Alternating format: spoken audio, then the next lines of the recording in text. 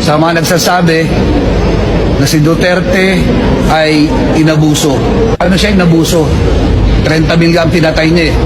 Meanwhile, How old ka nag-start gumamit na Cebu? Mr. Chair, simula po ako ng 16. 16 plus 15, that's 31. Kailan ka naging pare? 2006. How old are you? 2006. 31.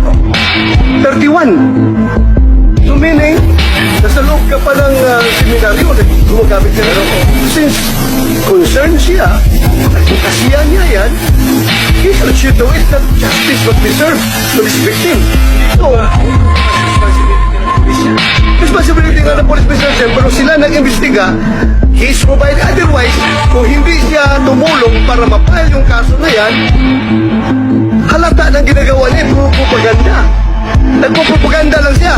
Nagsasabi siya gano'n. Hindi pala siya interested na makuha ang hustisya. Hindi niya pinaluak sa polis kung nakasuhan na itong mga gago na ito. Because I for one, I want justice to be served.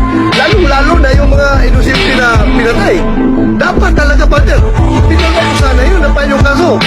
Kung hindi mo pinaluak, well, masasabi ko hanggang propaganda ka lang, partner. I just